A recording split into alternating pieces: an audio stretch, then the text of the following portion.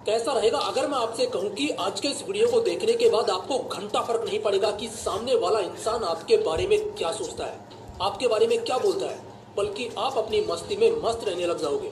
आपने यह तो जरूर सुना होगा कि खुश रहने के लिए बुरे बनना सीखो, लेकिन अब यह ट्रेंड पुराना हो चुका है और जमाना बदल चुका है। पहले कलयुग था, लेकिन अब घोर कलयुग आ चुका है। इसलिए अब बुरे नहीं बल्कि हैवान बनो, तभी जाकर आप लाइफ में खुश रह पाओगे, तभी आप खुद को लोगों से बचा पाओगे। दोस्तों, वीडियो के लास्ट में मैं आपको 4 ऐसे रूल्स भी बताने वाला हूँ जिनको यूज करके आप उन 2 कोड़ी के लोगों के एटीट्यूड की धज्जियां उड़ा दोगे जो बात बात पर आपको औकात दिखा देते हैं। इसलिए वीडियो को लास्ट तक जरूर देखना।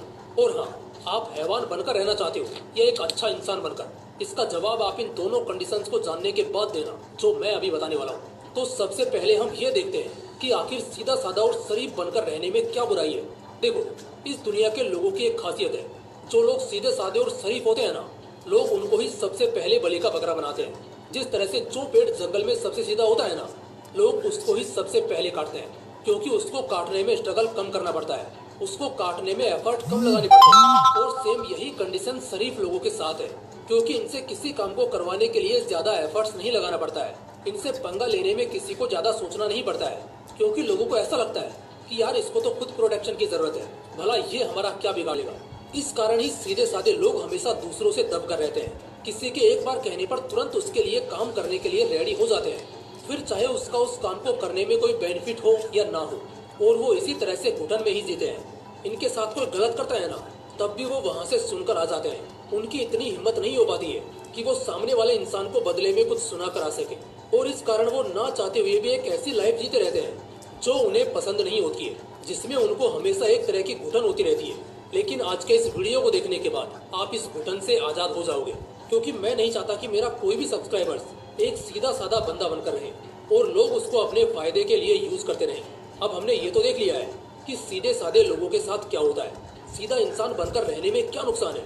अब हम ये देखते हैं कि आखिर बुरा बनकर रहने में क्या फायदा है, बुरा बनकर हम क्या अचीव कर सकते हैं। देखो, पहले मैं आपको यह क्लियर कर देता हूँ कि बुरा या हैवान बनने का यह मतलब बिल्कुल भी नहीं है कि आप किसी के साथ बदतमीजी करो या मारपीट करो।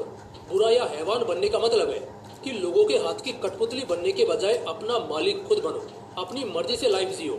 जब आप लोगों के लिए हैवान बनकर रहते हो तो आप किसी की गुलामी नहीं करते हो, आपका अपना एक अलग ही रुतबा होता है, जैसे KGF में रोकी भाई का होता है और एनिमल में रणवीर का।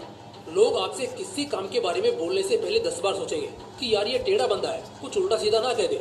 यानी एक तरह से आपको कोई अपने फायदे के लिए यूज नहीं कर पाएगा, और किसी सामने वाले इंसान की इतनी मजाल नहीं होगी कि वो बिना वजह आपको परेशान कर सके। और सबसे इम्पोर्टेंट, आप खुद को पहचानना सीख जाते हो कि आप एक्चुअल में क्या हो, क्योंकि पहले आप लोगों के लिए काम करने में बिजी रहते थे, लेकिन अब आप खुद पर काम करने में बिजी हो।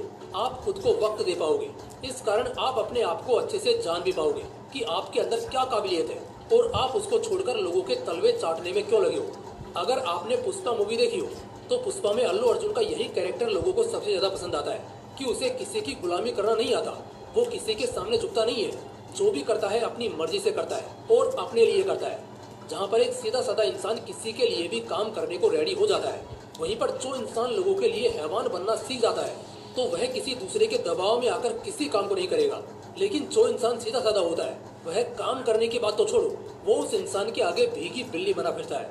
उसमें इतनी हिम्मत नहीं होती है कि वह सामने वाले बंदे से उस काम के लिए मना कर दे। हाँ, तो अब आप ही बताओ, आप किस टाइप का इंसान बनना पसंद करोगे, एक सीधा साधा सिंपल बंदा या एक हैवान टाइप का ऐसा बंदा जो किसी के बाप से नहीं डरता है और कुछ काम करता है तो सिर्फ अपनी मर्जी से। और अगर आप भी सेकंड वाले बंदे बनना चाहते हो तो अब मैं आपको 4 ऐसे रूल्स बताने वाला हूँ जो आपको एक नेक्स्ट लेवल का बुरा यानी हैवान इंसान बना देगा। तो चलिए एक एक को डीप में समझते हैं।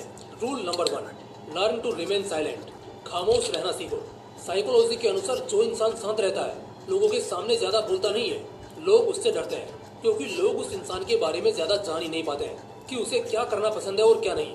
लोग उस बंदे से ज्यादा घुल मिल नहीं पाते हैं। एक बात हो, जो बंदा खामोश रहता है, ज्यादा बोलता नहीं है, वो अन्य लोगों की तुलना में ज्यादा सीरियस नजर आता है। लोग उसके सामने एटीट्यूड दिखाने की बात तो छोड़ो, जोक मारने से भी डरते हैं। चलो एक एग्जांपल से समझाता हूँ। सपोज करो कि आपके फ्रेंड सर्कल में 10 लोग हैं और उन 10 में से एक बंदा ऐसा भी है जो ज्यादा बोलता नहीं है, किसी से ज्यादा बात नहीं करता है, और बाकी सब लोग आपस में बात कर रहे हैं, आपस में एक दूसरे पर जोक मार रहे हैं। अब आप ही बताओ, क्या किसी की इतनी हिम्मत होगी कि वो बंदा जो खामोश बैठा है, ज्यादा बातें नहीं कर रहा है, उस पर कोई उल्टा सीधा जोक मार सके? बिल्कुल नहीं। उसने लोगों में पहले से ही अपनी एक अलग इमेज बना रखी है कि वो किसी से फालतू नहीं बोलता है, लेकिन जब भी बोलता है पूरे कॉन्फिडेंस के साथ बोलता है और लोग उसकी बातें सुनते भी हैं। इसलिए अगर लोगों में अपना दबदबा बनाना है, अपना खौफ बनाना है, तो खामोश रहना सीखो। जब जरूरत पड़े सिर्फ तभी बोलो। Rule number 2, work on your personality. अपनी पर्सनैलिटी पर काम करो। आपने यह तो जरूर सुना होगा कि जो दिखता है वही बिकता है। सेम हमारे साथ होता है, यानी जो इंसान जैसा दिखता है ना, वैसा ही लोग उसको समझते हैं, फिर चाहे आप अंदर से कैसे भी दिखते हो। अगर एक सामान्य इंसान को वकील का कोट पहना दिया जाए तो लोग उसको वकील ही समझेंगे, क्योंकि वो उसके जैसा ही दिखता है। या फिर अगर किसी वकील को डॉक्टर के कपड़े पहना दिए जाए तो लोग उस वकील को डॉक्टर ही समझेंगे, जबकि अंदर से वो डॉक्टर नहीं है। इसका मतलब साफ है कि जैसा आप दिखते हो लोग आपको वैसा ही समझते हैं और उसी तरह से आपके साथ बर्ताव करते हैं। तो आज और अभी से अपने पर्सनैलिटी पर काम करो। अगर तुम एक मैन हो ना, तो मैन की तरह दिखो। अपने अंदर मैन वाली मेंटेलिटी लाओ। अपनी पर्सनैलिटी को सुधारो और इसके लिए आप अच्छे और फिट कपड़े पहनो। अच्छे कपड़ों से मेरा मतलब है कि कपड़े भले ही पुराने हो, लेकिन अपनी फिटिंग और मैचिंग के अनुसार पहनो। अपने फेस के अनुसार अपने हेयर कट कराओ। जब आप अच्छा पहनते हो, अच्छा दिखते हो, तो आपके अंदर एक कॉन्फिडेंस आता है। क्या आपको याद है जब हम नए शूज लाते हैं और उनको पहनते हैं तो हमें ऐसा लगता है कि यार आज तो बॉडी में एक अलग ही एनर्जी है, जबकि आप अभी भी वही पहले वाले इंसान हो और जगह भी वही है, बस फर्क है तो सिर्फ पहनावे का।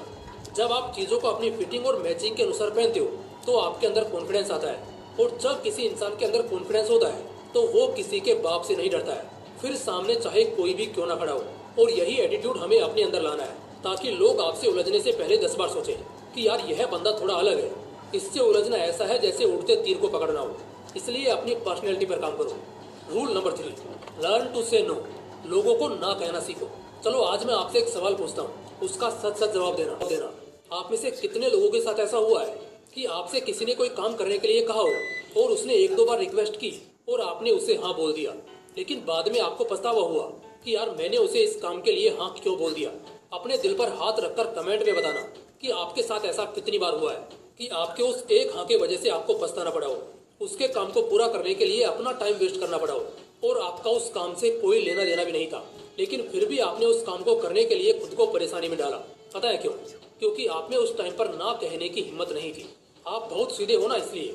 और आपकी इसी कमजोरी का फायदा सामने वाला इंसान उठाता है, लेकिन आज के बाद नहीं उठा पाएगा, क्योंकि आज के बाद आप भी ना कहना सीख जाओगे।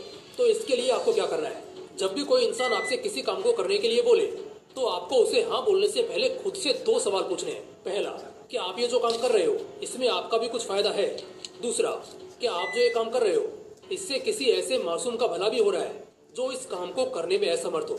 और अगर इन दोनों का जवाब हाँ है तो आप उस काम को कर सकते हो, लेकिन अगर इन दोनों सवालों का जवाब ना है तो आपको वो काम हरगिज नहीं करना है, फिर चाहे सामने वाला कितनी भी रिक्वेस्ट क्यों ना करे, क्योंकि वो इंसान आपके सीधेपन का फायदा उठाकर आपसे काम निकलवाना चाहता है। इसलिए आप उसे तुरंत वहीं पर मना कर दो, भले ही उसको बुरा लगे, क्योंकि हमें बुरा नहीं बल्कि उससे भी बड़ा हैवान बनना है। Rule number 4, killer attitude. इसका मतलब किसी को मारना नहीं है।